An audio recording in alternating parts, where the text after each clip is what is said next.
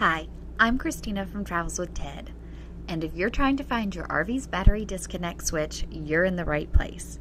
Whether you're getting ready for winter storage, troubleshooting an electrical issue, or just trying to understand how your RV works, I'll help you find it quickly. The battery disconnect switch cuts power between your house batteries and the rest of your RV. It's not the same as your main breaker. It specifically controls whether your batteries are actively powering your RV's 12-volt system. Things like your lights, your water pump, and your slides. Now, there's no single location where every manufacturer puts this switch, but there are 3 common places you should check.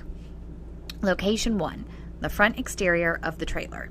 On many travel trailers, the battery disconnect switch is on the front exterior of the trailer, located near the battery itself. Look for a switch mounted right on or near the battery box up front near the hitch. Location 2, in an exterior storage bay. The next most common location is one of the exterior storage bays. Look for a large red or black switch. Sometimes it's a toggle, sometimes a push button, and sometimes a key switch.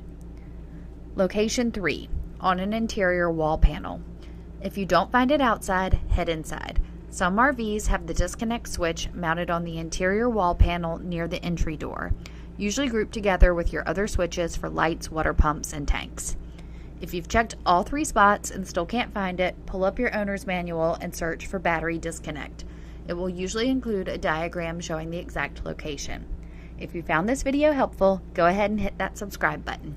Happy camping!